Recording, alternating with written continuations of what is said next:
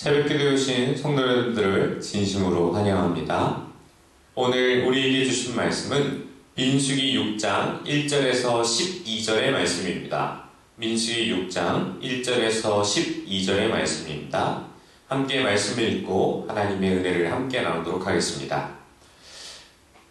여호와께서 모세에게 말씀하여 이르시되 이스라엘 자손에게 전하여 그들에게 이르라. 남자나 여자가 특별한 서원 곧 나실인의 서원을 하고 자기 몸을 구별하여 여호와께 드리려고 하면 포도주와 독주를 멀리하며 포도주로 된 초나 독주로 된 초를 마시지 말며 포도즙도 마시지 말며 생포도나 건포도도 먹지 말지니 자기 몸을 구별하는 모든 날 동안에는 포도나무 솟아는 씨나 껍질이라도 먹지 말지며 그 서원을 하고 구별하는 모든 날 동안은 삭도를 절대로 그의 머리에 대지 말 것이니라. 자기 몸을 구별하여 여호와께 드리는 날이 차기까지 그는 거룩한 즉 그의 머리털을 길게 자라게 할 것이며 자기의 몸을 구별하여 여호와께 드리는 모든 날 동안은 시체를 가까이 하지 말 것이요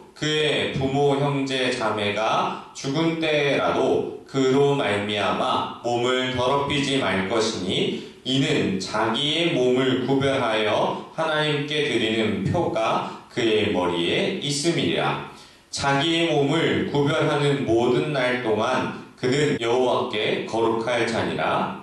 누가 갑자기 그 곁에서 죽어서 스스로 구별한 자의 머리를 더럽히면 그의 몸을 정결하게 하는 날에 머리를 밀 것이니 곧 7째 날에 밀 것이며 8째 날에 산비둘기 2마리나 집비둘기 새끼 2마리를 가지고 회막문에 와서 제사장에게 줄 것이요 제사장은 그 하나를 속죄 제물로 하나를 번제물로 드려서 그의 시체로 말미암아 얻은 죄를 속하고 또 그는 그날에 그의 머리를 성결하게 할 것이며 자기 몸을 구별하여 여호와께 드린 날을 새로 정하고 1년 된 순양을 가져다가 속건 제물로 드릴지니라. 자기의 몸을 구별한 때에 그의 몸을 더럽혔은즉 지나간 기간은 무효니라.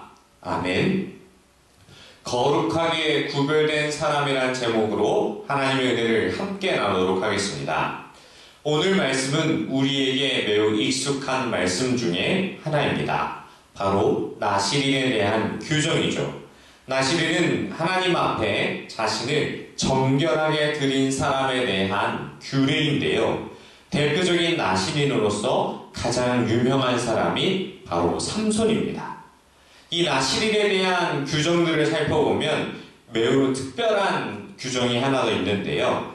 바로 특이한 점은 성별의 구분이 없다라는 사실이며 이 제사장의 규례보다 훨씬 더 엄격하게 지켜야 한다라는 특징이 있습니다. 본문을 살펴보면 나실인으로서 성결하게 살아가기 위한 3가지 아주 특별한 규정이 잘 소개되고 있습니다. 먼저 첫 번째로 포도주와 독주를 금하는 것입니다. 포도주나 독주를 마시지 않는다면 우리는 그 규례를 지킨다라고 생각을 하게 되는데 그러면 독주가 아닌 약한 술을 먹어도 된다라는 것인가 라는 생각을 갖게 됩니다. 그래서 그 바로 3절 말씀을 보면 굉장하게 타이트하게 이 규정을 세분화해서 설명하고 있습니다. 포도주와 독주를 멀리하며 포도주로 된 초나 독주로 된 초를 마시지 말며 포도즙도 마시지 말며 생포도나 건포도도 먹지 말지니 아멘. 이렇게 규제하고 있습니다. 사실상 나실인의 경우 포도로 인한 어떠한 소산물도 먹어서는 안 되며 사실상 술 자체도 먹어서는 안 된다는 것입니다. 식초뿐만 아니라 우리가 생각했을 때 그렇다면 포도즙은 괜찮지 않나요? 라고 생각을 하는데 이 포도즙조차도 되지 않는다라는 것이 바로 이렇게 이야기하고 있습니다.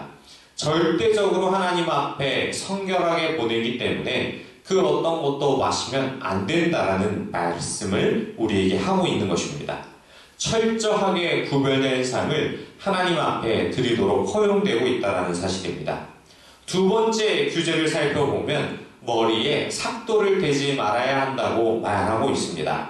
삼손의 경우를 보면 태어나서부터 그의 머리에 삭도를 대지 않았다라는 기록이 있습니다. 즉 가위나 칼을 베어서 그의 머리를 짧게 자르지 않았다라는 사실이죠. 예전 조선시대만 하더라도 부모님이 우리에게 주신 육체에 칼이나 가위를 댈 수 없다 하여서 우리의 머리를 자르지 않았던 그러한 풍습이 있습니다. 그래서 이 다른 사람들과 달리 머리를 기름으로써 이 사람이 어디를 봐도 그 사람이 지나갈 때마다 머리를 기른 사람의 모습을 보면서 이 사람은 나실이구나 라고 생각할 수 있었습니다. 그래서 이 바로 7절 하반절을 보면 자기의 몸을 구별하여 드리는 표가 그의 머리에 있음이라 라고 기록하며 하나님께 이 사람은 서원하여서 나실인으로서 생활을 하고 있구나 라는 것으로 확인할 수 있습니다. 현대 유대의 랍비들에게도 이와 비슷한 모습이 약간 비춰집니다. 머리를 기르지는 않지만 이 신명기 6장의 말씀을 살펴보면 내 손목에 매어 기호를 삼으며 내 미간에 붙여 표를 삼고라는 말씀이 있습니다. 현대에도 랍비들이 이 말씀에 순종하고자 자신의 손목과 이마에 작은 상자를 달아서 그 상자 안에 율법을 넣어서 살아가고 있습니다. 그래서 손목과 이 머리에 있는 상자를 보고서 이 사람이 랍비구나 이 모습을 다시 한번 확인할 수가 있습니다. 마지막 세 번째 규정으로는 시체를 가까이 해서는 안 된다고 말씀하고 있습니다.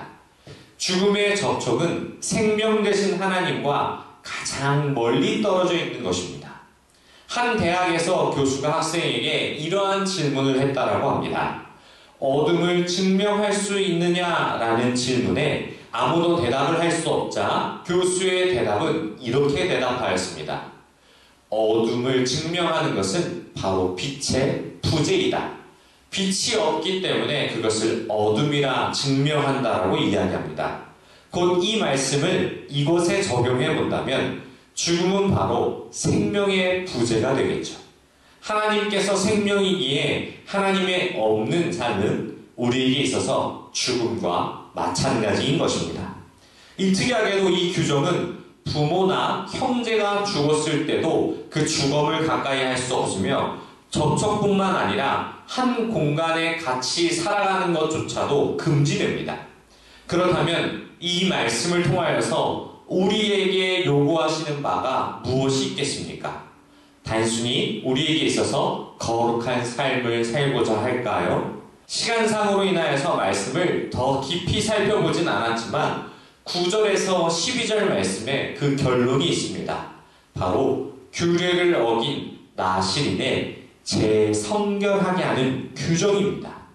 누구나 하나님의 말씀을 붙들고 살아가는데 자의나 타의로 넘어지거나 무너질 수 있습니다. 나실인 역시 하나님께 자원하는 마음으로 서원을 했으나 넘어질 수 있습니다. 그럴 때 하나님은 우리에게 다시 한번 회복할 수 있는 기회를 주셨다는 사실입니다. 사랑하는 성도 여러분, 우리는 지나가는 길에 사람이 쓰러져 있는 것을 발견했습니다. 그런데 그 사람이 죽어있던 사람이었습니다. 그렇게 우리가 나실인으로서 살아가고자 하지만 우리의 뜻대로 살아가지 않을 때가 너무나도 많습니다. 또 친구가 장난으로 우리의 머리카락을 잘라버렸다면 어떻겠습니까? 실수로 서원한 것이 자의든 타의든 깨질 것이 너무나도 많습니다. 우리가 새해 그리스도인으로서 살아가고자 다짐했지만 우리 불과 며칠 만에 넘어질 때가 너무나도 많습니다. 만약 한 주간에 살아가고자 하실 때에 새해에 다짐했던 내 마음이 넘어진다면 오늘 말씀을 붙들고 다시 시작할 수 있다는 사실을 기억하셨으면 좋겠습니다.